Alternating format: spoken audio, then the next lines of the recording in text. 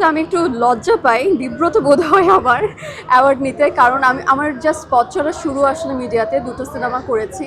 আর আমি যখন আমার কাজ দেখে আমি এতটা আমার লজ্জিত ফিল হয়, আমার বারংবার মনে হয় যে প্রচুর ভুল, আরও অনেক ভালো করতে হবে। কিন্তু তারপরেও যখন আমাকে ভালোবাসার খাতিরে হোক, প্রচুর মানুষ আমাকে ভালোবাসা দিচ্ছে এবং আপনারা যারা মিডিয়াতে আছেন সবাই যখন একত্রিত হয়ে আমাকে পুরস্কৃত করে, আমি যখন অ্যাওয়ার্ড পাই তখন এটা শুনতে আসলে ভীষণ পরিমাণে ভালো লাগে আর অ্যাওয়ার্ড গ্রহণ করতেও ভালো লাগে। কিন্তু তার সাথে একটু বিব্রতিকর সিচুয়েশনও আমি আসলে থাকি যে নেওয়াটা কি ঠিক হবে, আমি কি এটার উপযুক্ত, এরকম অনেক কিছু আমার চিন্তা ভাবনা মাথার মধ্যে ঘোরে। সেই তো কেমন বাংলাদেশ চাই সামনে? দিদি, যেহেতু সামনে নির্বাচন, নতুন সরকার যিনি আসবেন তার কাছে কি চাওয়ার আছে এবং সেই সাথে পরবর্তী বাংলাদেশটাকে আপনার চোখ দিয়ে আপনি কেমন দেখবেন বা কেমন চাচ্ছেন? আমি আসলে এক কথাই বলতে চাই যে আমি এতটুকুই চাওয়া, দেশ দশের সকলের যেন মঙ্গল হোক, প্রত্যেকের যেন যে যার অবস্থান থেকে ভালো থাকে, কারোর যেন খারাপ কিছু না হয়, যে পজিশনে কাজ করছে না কেন। আবার অনেকে এখন বলছে যে মেয়েদেরকে এবং ছেলেদেরকে ভিন্নভাবে দেখা হচ্ছে, এটা যেন দেখা না হয়। কারণ বেগম রোকেয়ার আমল থেকে আমরা দেখে আসছি, তখন এই প্রবলেমটা, আবার এখন এই প্রবলেমটা 2026-এ এসে আমরা ফেস করছি।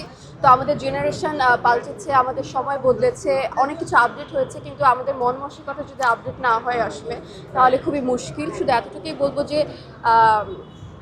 নায়াসিনামাইড ও স্যালিসাইলিক সমৃদ্ধ লিলি ফেস ওয়াশ যা ফেসের ডেড স্কিন সেল দূর করে দেয় দ্বিগুণ ফাস্টার ব্রাইটেনিং।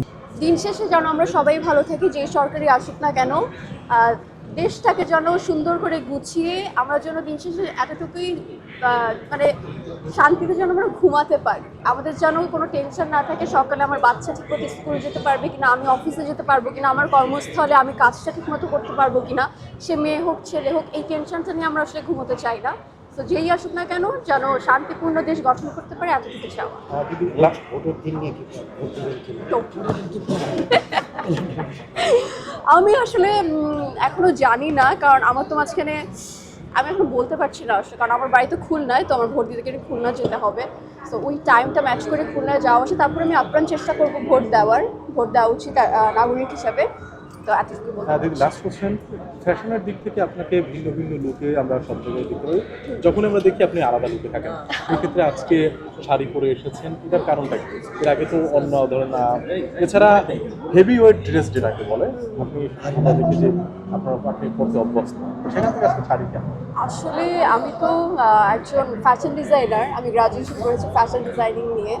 সো অতটুকু ওই অল্প একটু আইডিয়া আমার মাঝে আসলে আছে। আর যেখানে আমি কাজ করছি, যে সেক্টরে আমার কাছে মনে হয় যে প্রতিনিয়ত মানুষ চায় আমাকে নতুনভাবে দেখতে, কারণ কেউ না কেউ তো কিছু না কিছু শেখে আমাদের মাধ্যমে।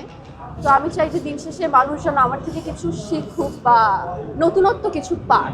তো আমার কাছে মনে হয় যে যখনই আমি যাই না কেন, সেটা যেই গেটআপেই থাকি না কেন, নতুনত্ব মানুষ কিছু পাক। আর আজকে শাড়ি পরে এসেছি কারণ মনে হচ্ছে অনেকদিন শাড়ি পরা হয় না, মানুষের অন্যান্য ড্রেস আমাকে প্রচুর দেখে ফেলেছে, জন্য আজকে আবার শাড়ি পরেছি। দিদি, সর্বোচ্চ কিরকম ওয়েটের ড্রেস আপনি পরেছিলেন এবং সেটা লাস্ট পরেছিলাম ওটা 42 কেজি ছিল, একটা অ্যাওয়ার্ড প্রোগ্রামে পরেছিলাম, একটা রেড কালার ক্রিস্টাল দেওয়া ছিল পুরোটা ড্রেসটা, অনেক ভার ছিল। এখন আমার মনে আছে ওটা শেষ করে যখন আমি বাসায় গিয়েছি, আমি দেখছি আমার হাতের এখানে সব চিড়ে গিয়েছিল। বাট ইটস ফাইন, পরতে হবে, কিছু করার নেই। নায়াসিনামাইড ও স্যালিসাইলিক সমৃদ্ধ লিলি ফেস ওয়াশ যা ফেসের ডেড স্কিন সেল দূর করে দেয় দ্বিগুণ ফাস্টার ব্রাইটেনিং।